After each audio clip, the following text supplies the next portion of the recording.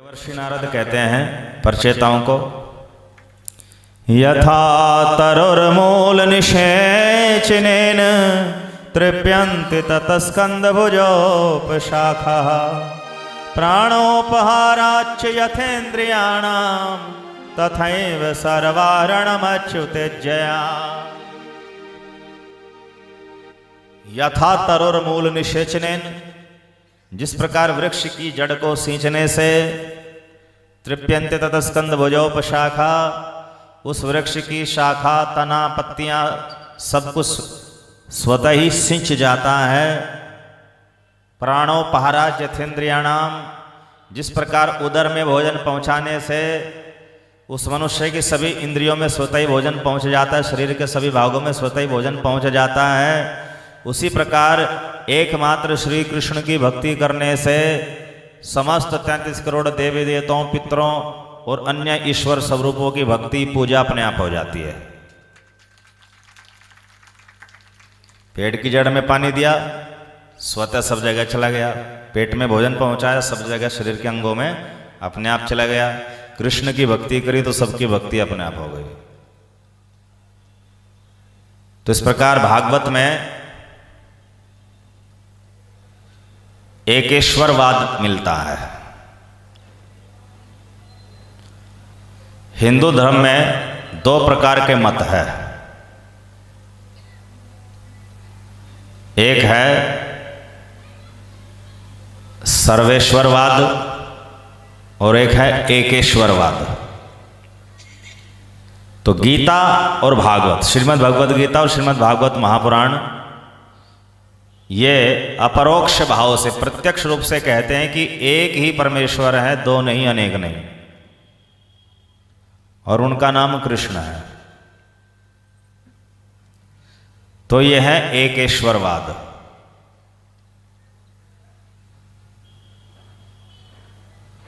और दूसरा है सर्वेश्वरवाद, कि जितने भी देवता हैं वो सभी ईश्वर हैं, सभी ईश्वर के रूप हैं। और ये सभी ईश्वर के जो रूप हैं ये अविनाशी नहीं है। निर्गुण निराकार ब्रह्म ने सतोगुणी माया का संग करके ईश्वर का रूप धारण किया।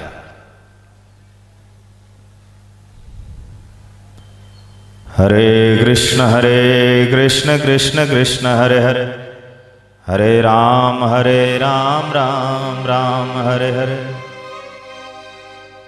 तो सर्वेश्वरवाद क्या कहता है कि सभी ईश्वर हैं।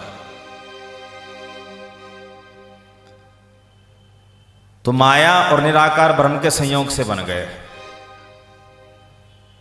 तो ये रूप टेम्परेरी होते हैं, इनमें किसी की पूजा कर लो, सब परमेश्वर की पूजा, एक ही बात है। तो इसे बहुदेवतावाद भी कहते हैं। तो हिंदू धर्म में बहुदेवतावाद या सर्वेश्वरवाद का प्रचार प्रसार अधिक है। एकेश्वरवाद जो है केवल वैष्णव मानते हैं।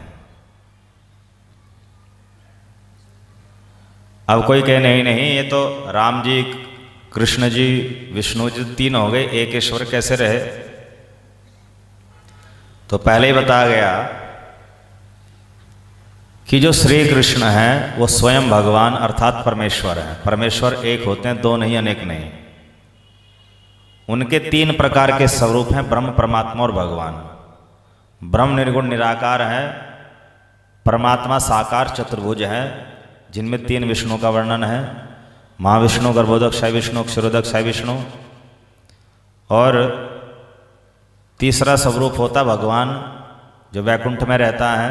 और भगवान के मुख्य मुख्य अवतार, नरसिंह अवतार, राम अवतार, ये सभी अवतार भी अपने अपने लोकों में रहते हैं, परम धाम में,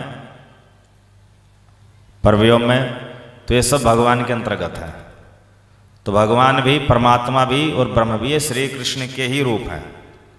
तो श्री कृष्ण ही उन रूपों में प्रकट हुए हैं, स्वयं भगवान ही इन रूपों में प्रकट हुए हैं। तो ये अनेक प्रतीत होकर के भी एक ही होते हैं। कैसे?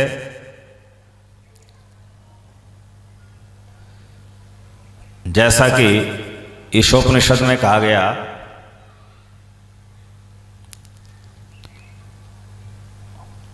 कि वह परमेश्वर पूर्ण है।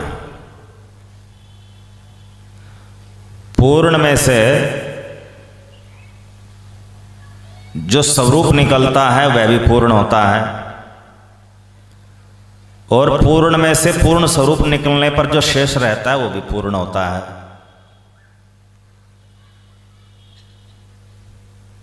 पूर्णात् पूर्णमुदच्यते, पूर्ण में से पूर्ण ही निकलता है।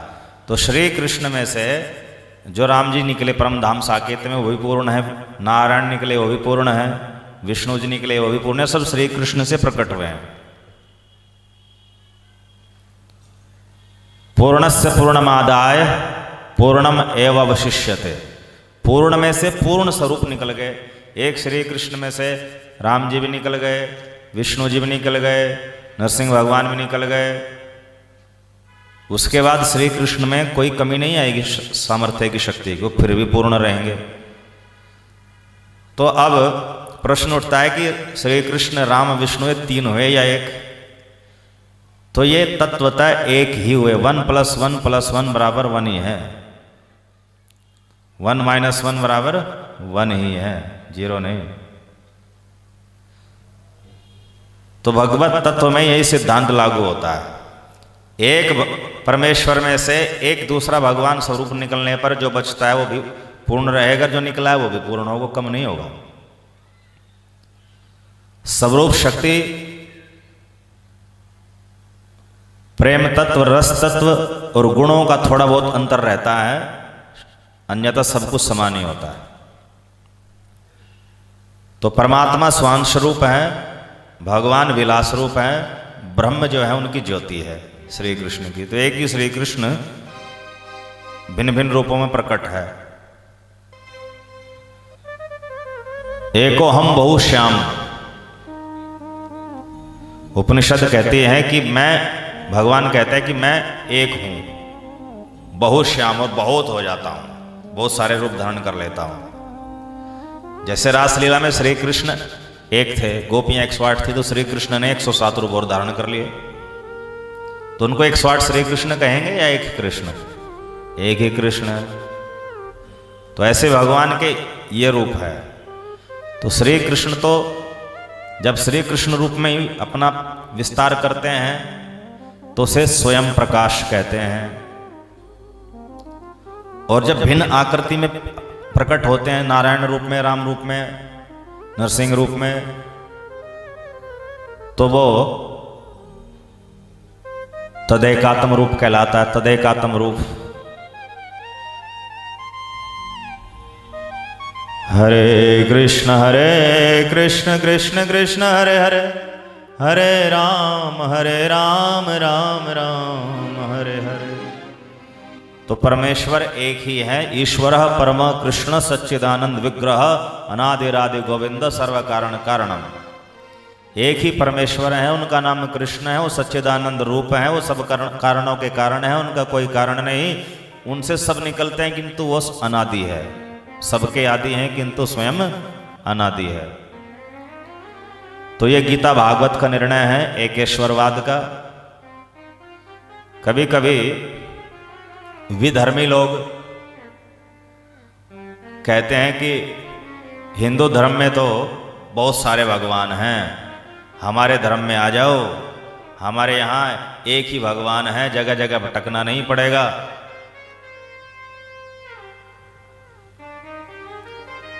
किंतु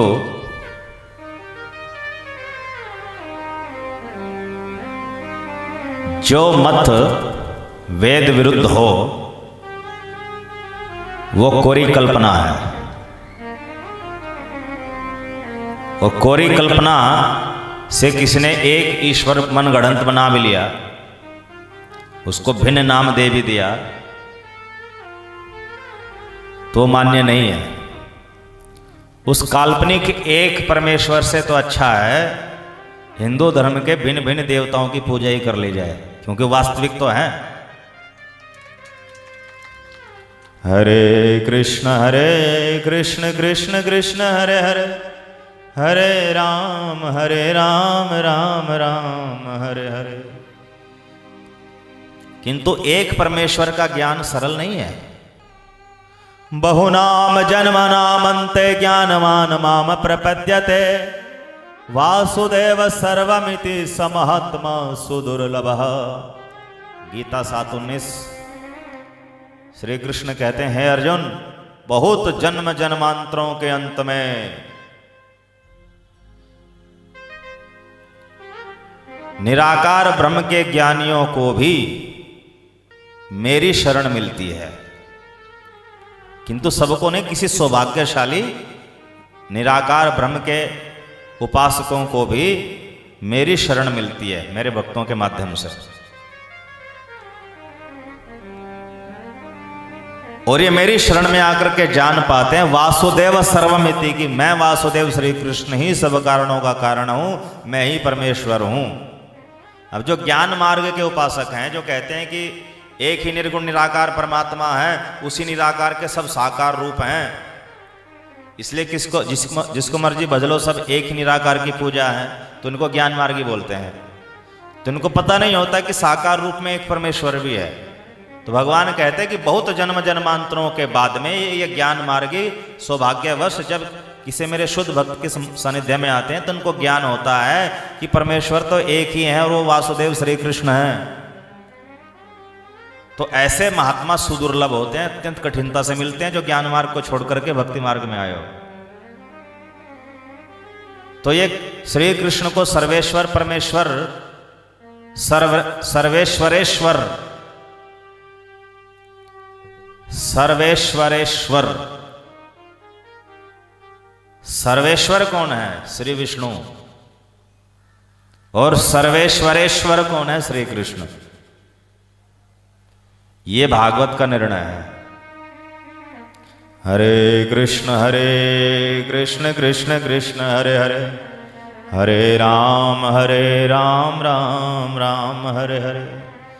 तो हिंदू धर्म में भी एक परमेश्वर की मान्यता है, किंतु वो बहुत ऊपर जाकर के है, प्राइमरी लेवल पर नहीं है।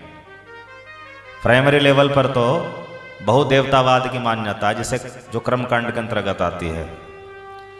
हायर लेवल पर जाकर के जब भागवत धर्म आता है, वर्णाश्रम धर्म के बाद, तब भागवत धर्म में जाकर के पता चलता है कि एक ही परमेश्वर है, वो सब कारणों का कारण है। उसी का भजन करने से जन्म मरण मिटता है, उसी का भजन करने से आनंद की प्राप्ति होती है, प्रेमानंद की प्राप्ति होती है। तो यदि कोई व्यक्ति समस्त देवी देवताओं की उपासना पूजा छोड़ दे, पितरों की उपासना पूजा छोड़ दे और केवल श्री कृष्ण की भक्ति करने लगे, तो उसके मन में एक संकोच, एक संशय, एक भय रहेगा कि कहीं मुझसे ये दूसरे वाले नाराज ना हो जाए, रूठ ना जाए। तो इस बात का समाधान इस श्लोक में देवर्षि नारद ने कर दिया कि जैसे पेड़ की जड़ सींचने से उसके सभी अंग उपांग स्वतः सींच जाते हैं, जैसे पेट में भोजन पहुंचाने से सब अंगों इंद्रियों में स्वतः भोजन पहुंच जाता है, वैसे ही एक हरि को भजने से सब का भजन अपने आप हो जाता है, कोई छूटता ही नहीं है। जा पर कृपा राम की होई, ता पर कृपा कर सब कोई। सिया राम जय जय राम, राम सिया राम जय जय राम।